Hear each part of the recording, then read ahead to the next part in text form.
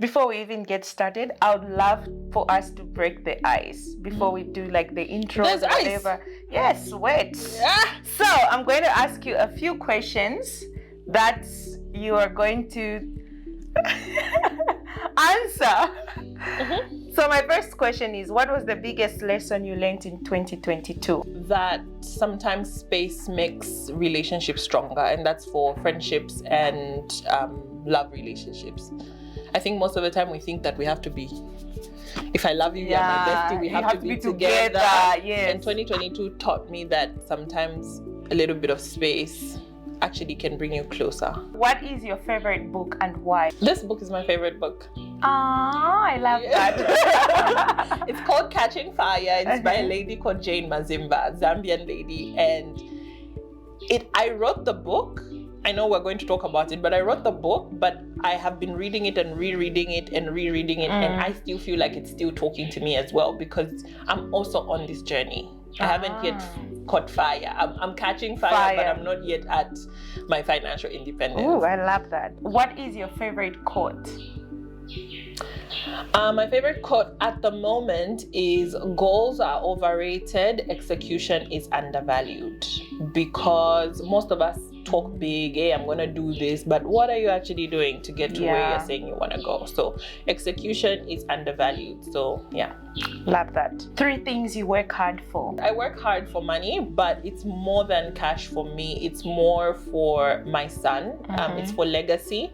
It's for generational wealth, so his children don't have to do this that we're doing. Yes. I work hard for money because I'm looking for freedom.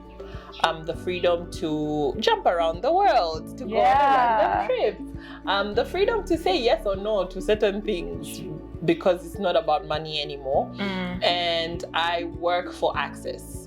Guys, money gives us so much access to things we didn't even know existed.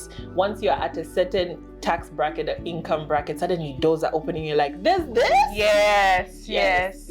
First person you would call if you had an international gig?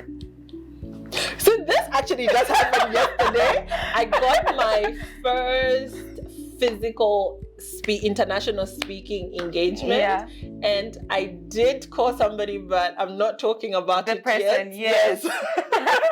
Yes. But I'm just glad there's someone you'd call. Yes. Okay. There's actually like it's like about 3 people. So like there's the person who I called first, then there's a core group of my friends who I told, because they were there when I was doing the interview and I was prepping for it and everything, and then my parents. Awesome.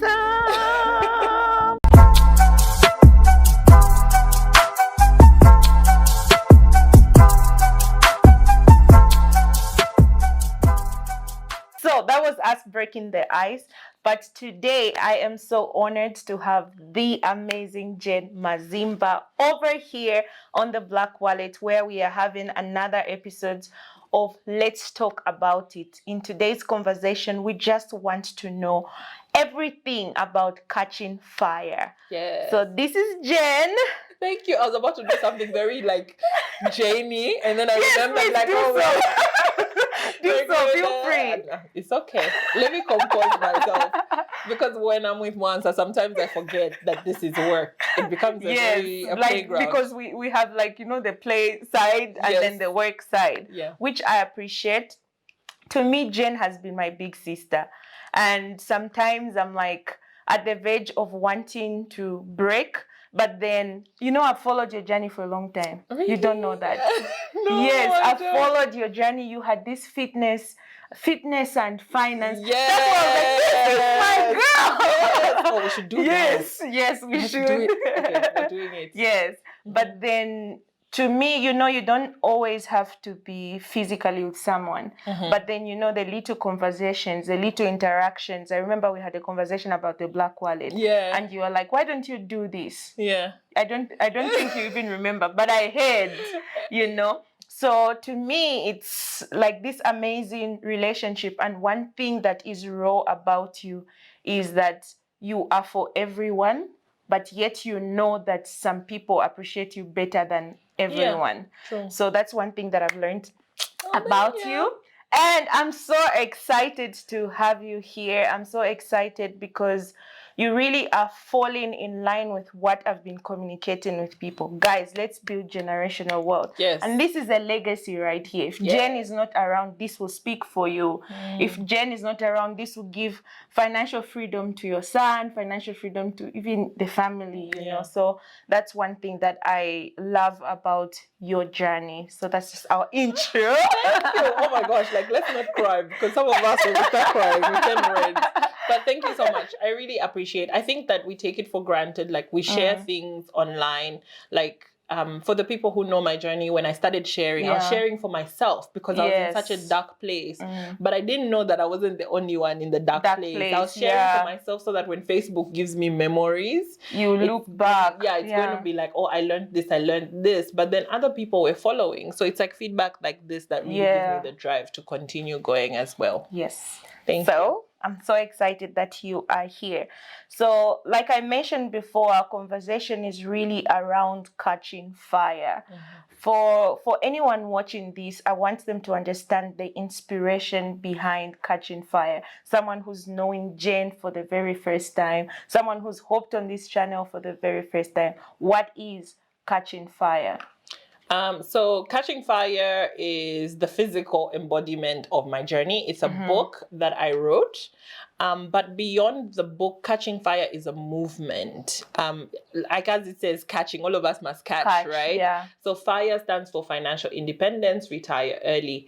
And I feel like this is a movement that every young African should jump on. Yes. Start taking care of your finances early on. Save aggressively, invest aggressively so that you can build wealth quickly.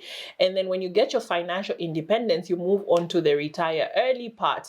And the retire early in our context is not for us to go and, you know, just live the life. That's great. Yes, you can live the life, but I feel like Africa needs solutions. And we can only provide solutions when we stop working for the bare minimum, stop working for money. So that's why the fire for me. So catch your financial independence early so that you can then pivot. If money wasn't a driver for you anymore, if your salary amount wasn't a driver for you anymore, would you still be an engineer? Would you still be, I don't know, whatever it is you're doing, would you still be a banker? Would you maybe pivot and become a teacher instead? Those are things that I want us to actually start critically thinking about, because then we can start solving real problems that we have in our countries. So who did you have in mind when you were writing? You've spoken about Africa. So most likely Africa is your audience. Why Africa? Because you guys, I love this land. I love Africa. I'm like African to the core. I love everything about it. The air. I love the people, our culture, the food, the sunsets. Yes. The sunsets and sunrises are not the my same. favorite too. Yes, so there's so much richness here, but all of us, this is seen as like the dark continent. We're still seen as the poorest continent. But really, when it comes to rawness of talent, rawness of materials, we are the richest. So that's why I'm like, Africans, young Africans especially, 67% of this continent is young. We are all below 35. So we are the generation that is supposed to start the movement to change things around. That's why, like, Africa. Yes. I love your approach, which is true. If Africa must take over the world, we must equip ourselves. So why not catch fire, right? Fire. Every journey I know comes with challenges. We are seeing like, okay, this is a finished product, catching fire. Oh wow, we launched the book, which was amazing, by the way. We launched the book, it was nice. We're just like, oh, Jane has had this figured out. I want you to share some of the challenges you faced. I'm asking you to share this because, you know, there's someone out there who can have an idea that they want to actualize, but because one challenge comes by the way you decide to quit. So also because we see everything as in wow, but we don't understand the process of it. So writing of the book, actually, a lot of people think like, oh, I couldn't write a book. It takes so much commitment. The writing was the easiest part, actually. Oh, okay. The writing of the book and compiling it was easy because then I was just writing. And based off your experience. Yes. Okay. Obviously, loads of research and everything, but the writing was the easy part. people don't know you have your product until you tell them. So it was when the book is done, now to get it to market. And this is true for books, it's true for your Instagram boutique, it's true for everything. Everyone. It's the marketing aspect of it. So the launch needed to be done so that we could, get it out there, get the word out, let the audience, the target audience know that there's this thing and it was made for you, right? That has been like the most challenging thing, because just to get the book into this format is money. Yes. Of course. I had to pay an editor, I had to pay a publisher, I had to pay people to design the cover and everything. And then once it's done, now you have to do the marketing part. And I think that although I am a marketing professional, I felt like I took it for granted.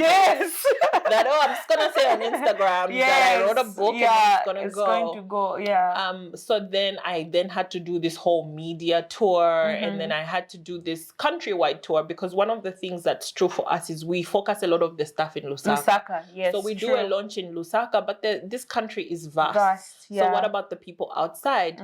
So then we had to take the book on the road and do a book tour and masterclasses.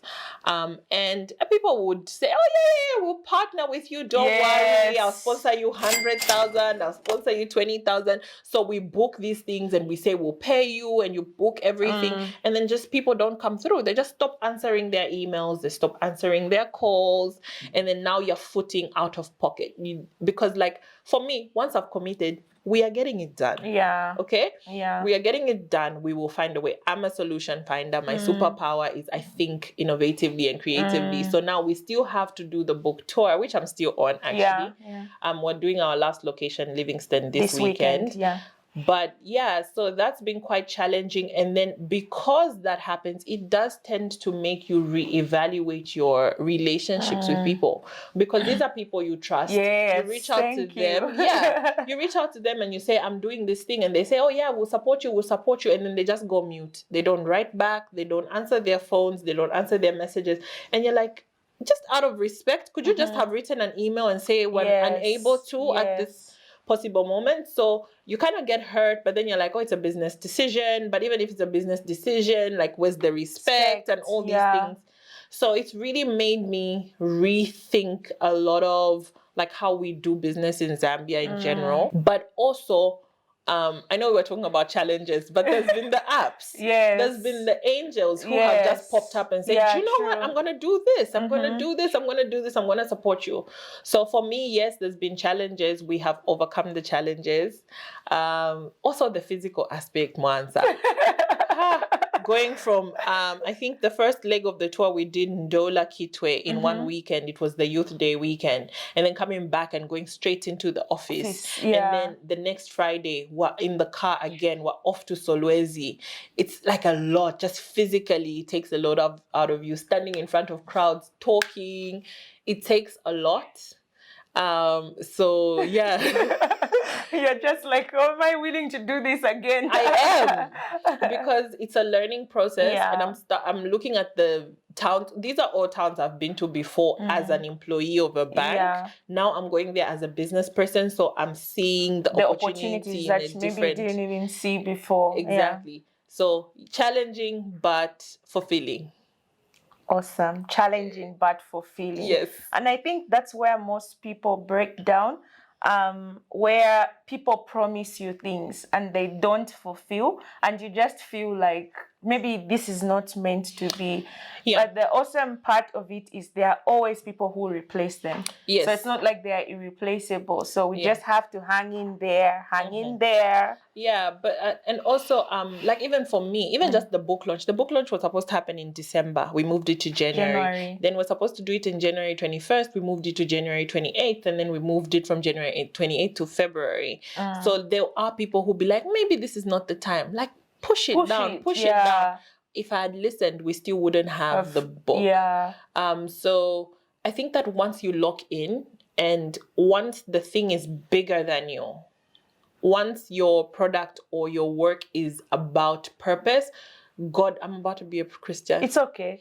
God makes sure that the resources that you need are just there. There have been instances where we go somewhere and it's like, tomorrow we're leaving in and I'm not sure, like, I don't have transport. What am I going to do? And then somebody just says, oh, we're going to give you a bus. All you need to do is put fuel, the driver and the bus is there, go. And then you're like, yes. And then like, oh, we don't have a venue. And then somebody's just like, you know what? Oh, we're supporting you. We know you wanted 20,000, but we'll support you with 5. And that's exactly how much you need to pay for the venue. Yeah. So like, I feel like once you're on a path of purpose, God like provides. I love that. Yes, there's provision right there when you need it. Yes. I really, really love that. So I wanted to also jump into the book. Let's do it. Just my copy. I love my copy. Yeah, I just wanted to jump into the book, and there are 52 suggestions for 52 weeks. Yeah. That is for the entire year. You take a week and work on that particular topic for the week. Yeah, which I have been enjoying. Yes. I'm actually in week 2, yes. setting goals. And at some point, I was like, I don't understand this. You know, where everybody just says smart, like plan smart, but it felt different. Yeah. You know, instead of just the word smart, now I'm tasked to write it down. Yes. So I was like, okay, I'm going to take my time. So I'm glad you gave us the 1 week break. Yes. It's really worth it. I appreciate that it's, you know, it gives you a break to understand the topic. So dream a little or a lot. What does that mean? I think a lot of us we don't dream. In that when I ask a lot of people, it happens all the time when I say, so like, what do you want? Like, what's the big picture? They'll say to be happy or to be rich. But what does that mean really? Yeah. What does happy look like for you? Yeah. Does happy, because like one thing we have to realize is happy is a state of chaos, by the way. It's emotional chaos. Yes, it's positive chaos, but it's chaos. So you can't be happy all the time. Happy is too high for you to be there the whole time. Our lives are not designed like that. So what does happy mean? Most of us mean joyful and content, because joy, contentment is like a little buzz that is constantly there, and you can sustain that for 50 years, right? But we haven't thought about it. We haven't dug in. So the dream a little or dream a lot is about us actually sitting down and redefining and being specific about what it is. What sort of a woman is Jane in 20 years? Is she rich? And what does rich mean? Does rich mean 20 million or does it mean 200 million? Does rich mean loads of children and grandchildren on a farm? Okay? So I want us to define in that way. Actually close your eyes and think about the possibilities. Yeah. If money wasn't a hindrance, if your health was perfect, if the economic landscape was perfect, who would you want to be? What would your life look like?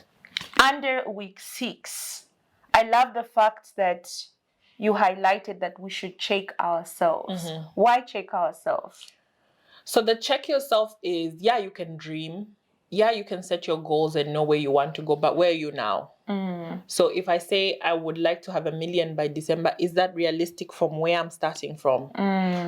Maybe if I already have a 500 or a 400, and I already have something in say 10,000 copies, 1 million might be possible. But if I'm working and I'm no shade, but if I'm a teacher and I earn 7,000 or 8,000, is 1 million realistic? So checking yourself is about now looking inwards and seeing, where am I financially?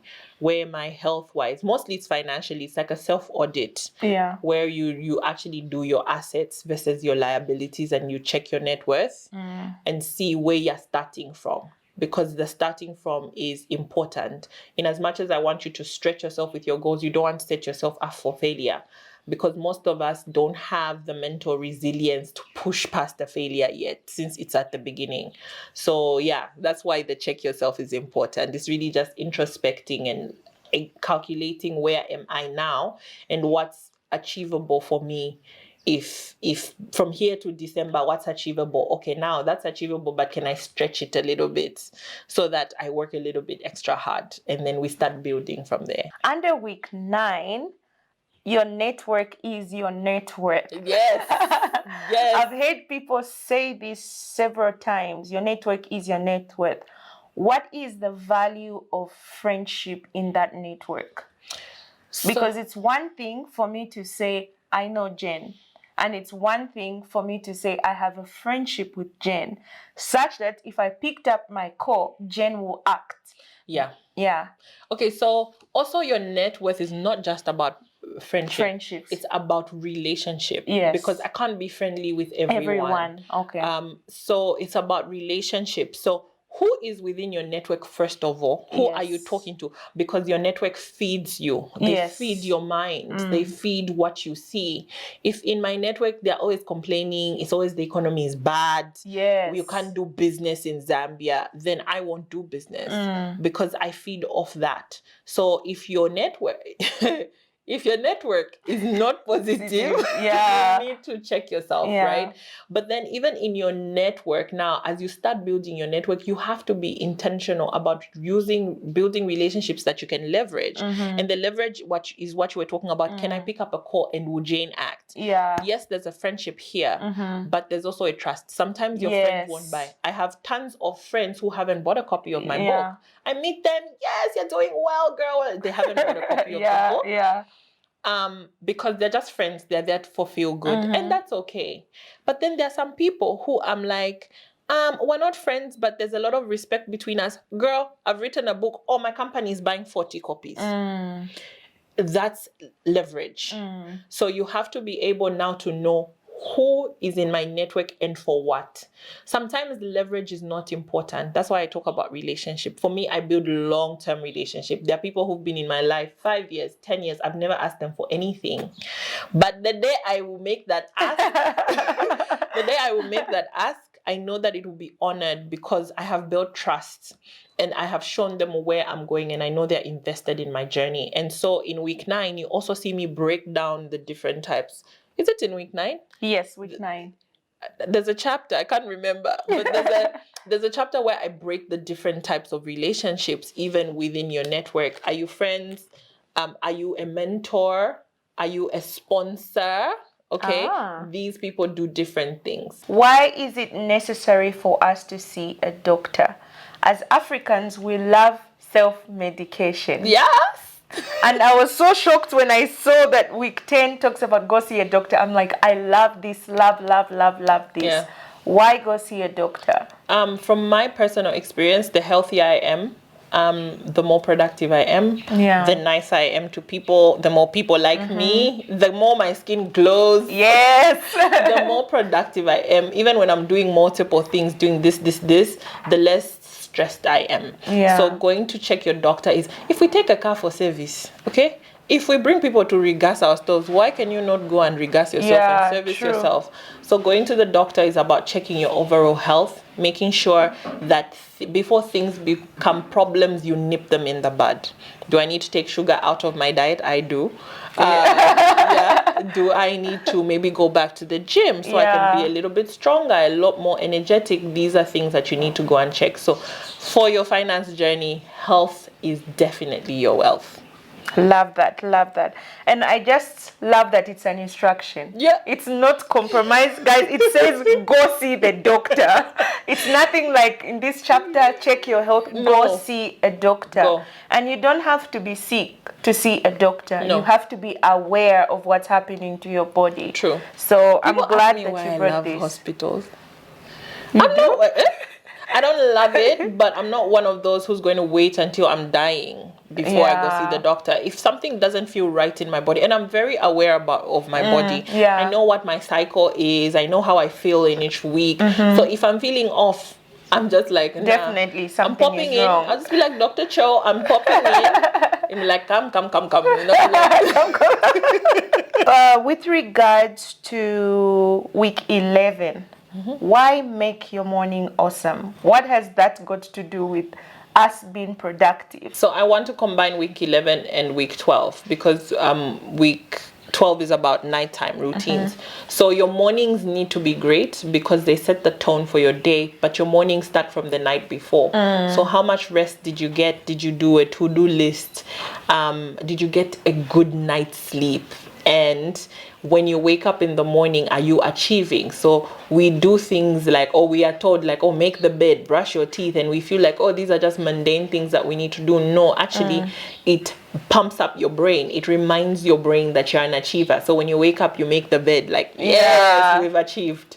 Brushing our teeth, yes, we've achieved. We made it to work on time, we've achieved. And it's also what you feed yourself. mentally, emotionally, and also physically. So are you having a good breakfast? If you're like me, you don't have breakfast, that's fine.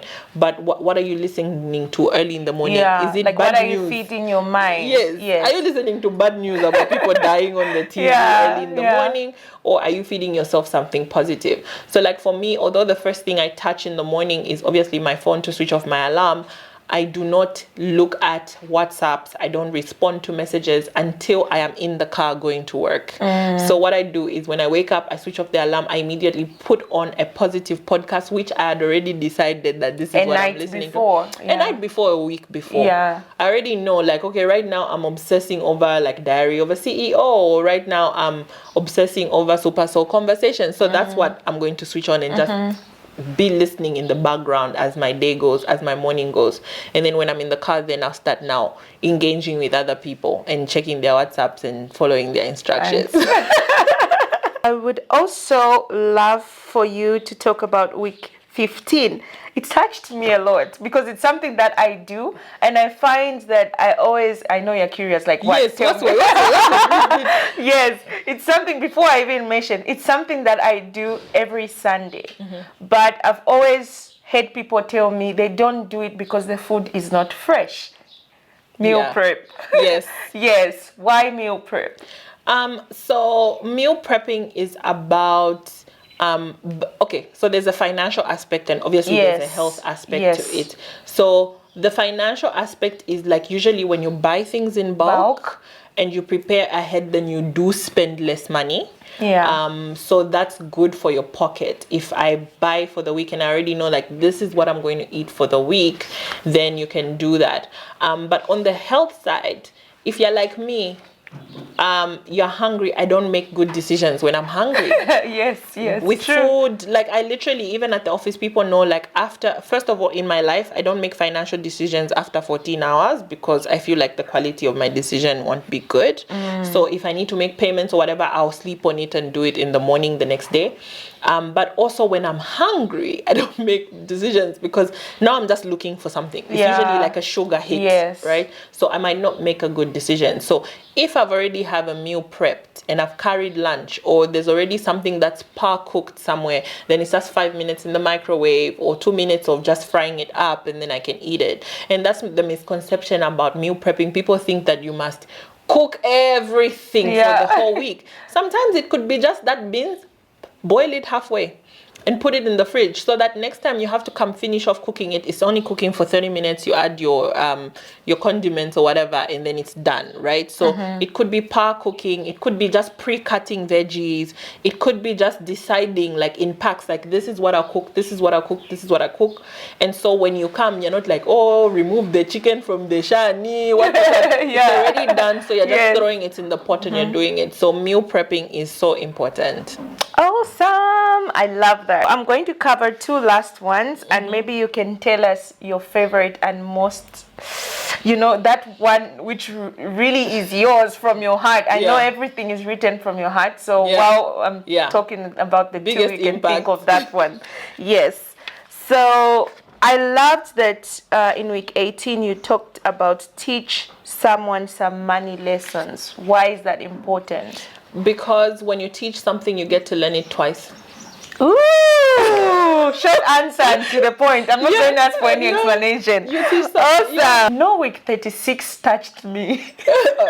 Girl, like, you've been touched by the book. Yes, like I'm really trying to be patient and say no, must I follow week by week. But then I'm seeing the topics like, ooh, I'm tempted. So week 36, research your salary. Yes. Wait, I feel like I'm underpaid. After I read this, I was like, wait, have I even taken the time to research how much my time is worth? You know? So most of us take a salary because that's what was offered. Yes. And then that's it.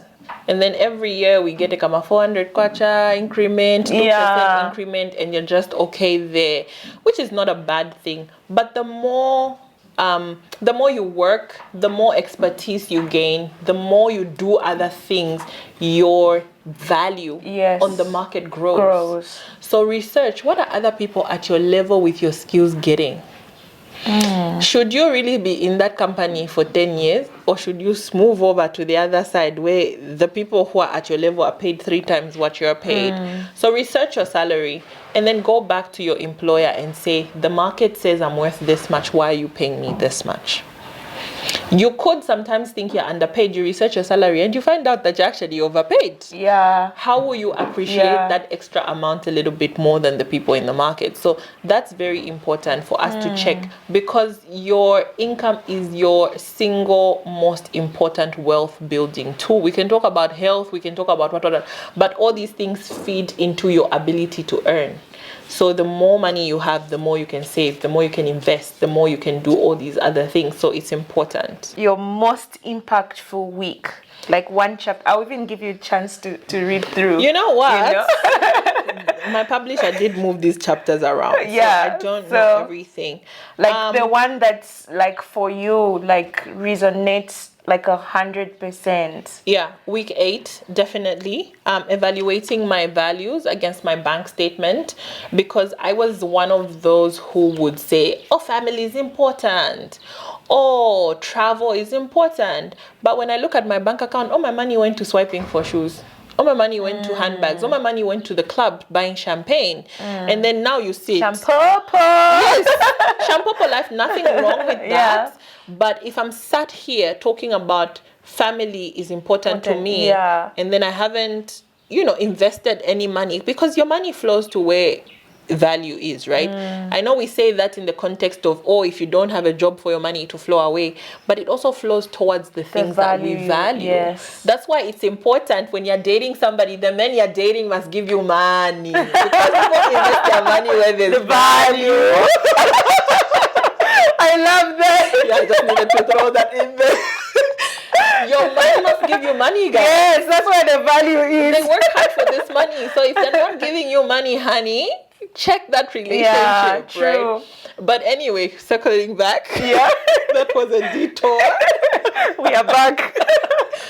Yeah, so checking for me, when I was going through my life evaluation and everything, and I looked at my bank statements and where I was spending money, it was boutiques, it was the clubs, obviously the restaurants, champagne, swipes, and it showed me that for me, although I said family was important, personal growth was important, freedom was important, my spending habits were showing me that I was more concerned about how people perceive me, because the clothes, the hangouts, the Instagram, it was more about what people were seeing. Yeah. So then now I had to check myself. So now I had to bring myself back and say, okay, so now bank statement against values, how do I now start reflecting? So now if you see me swiping, I'm swiping from MJ's what? MJ is my son. Yeah. So, yes, I'm swiping for like courses online. Yeah. And I'm swiping which for is travel. More like adding value to you as well. Yes. Okay, I love that. Exactly. Yeah. So now I've learned how to bring my values up to my spending and they align. Ooh. Love that. Love that. So if you value education, you will invest in education. Hello. Educate yourself. Educate yourself. Community. Yes, exactly. I would also love for you to talk about the Catching Fire community, because you have an initiative where people purchase this book, they now have a community of accountability, and where they'll have an interaction with your mind, an interaction with your knowledge. So maybe share that with us. Yeah, so that's somewhere now, like we're just like setting up the community so that it's not just something we're talking about, it's a lot of value. And the Black Wallet is also a part of that community, right? So if you purchase a Black Wallet copy, or you purchase a copy of Catching Fire, or you purchase them as a bundle on a discount, then you get to be a part of the Catching Fire community. And what that community is about us doing the weekly challenges together. But it's also just accountability. A lot of what happens, Mwansa, is that I will start saving. My goal is to save 20,000. So I'll save. Maybe I'll reach 12,000, and then my mom will get sick. And so I go and take a 2.5 from that 12,000. I'll spend on my mom, and then I'll feel like, oh my gosh, I have failed. Yeah, true. So what do you do now? That 9.5 that's remaining, I just go swipe. We self-sabotage. That's like, you build up to window level, then you go and kick down the whole house. I love that example. Yeah, then you go knock down the whole house. But these are things that you need people around you to remind you, because when we're so goal-oriented, this tends to happen. We need people around you to remind you, like, oh, actually, your emergency fund is for emergencies. If your mom gets sick, that's an emergency. You did the right thing by using. Now just come back and let's start again and let's build. Even when you fall off the wagon, or even when you feel like, oh my gosh, I keep putting money away, it's not growing. These communities come together. They'll tell you about products on the market. They'll tell you about their own techniques. They'll tell you about what they're doing to push through barriers, because a year is long and the lifetime is long. Even for me, who's written the book, there are times where I hit a hard wall. Like right now, I'm building, I'm doing the book towards, I'm feeling broke. I need people around me to be like, yes, you don't have cash, but you know your cash is in your house. Yeah, true. Things like that. So that's why the community is important. So we'll do weekly check-ins, we'll do money challenges. I'm so excited for June. I want to introduce an initiative where we all get to save 10 million collectively. But we'll talk more about it. I love that. Yes. I love that. I love that. Yeah. So that's essentially the community. Just find a way to be a member of the community by purchasing any of these products, either one or together. Together because you get a big discount. Get involved, get connected to people who care about the things that you care about. And so you don't have to walk alone. You know, Africa doesn't just need people to talk. Africa needs people to act. Execute. Yes, act and execute. How long am I going to say, okay, maybe I'm a financial advisor, I mean, what on your portfolio? What tools are you equipping people? This will speak for you. There's someone in Solwezi who won't be in your masterclass. There's someone in Solwezi who will see this book, for example, eventually even outside of Zambia, who would be able to work through their generational wealth. It all begins with literally everything you covered in this book. All the 52 weeks to me are vital for you to build generational wealth. So congratulations, guys, to the newest author. Practical author, Amen. I must say, because this is the only practical tool I've seen in Zambia. I'm sorry, I haven't seen anything else. I'm speaking for myself, and it's something that I am using. I understand the value. So I would encourage you to get yourself a copy. We want to see where your value is.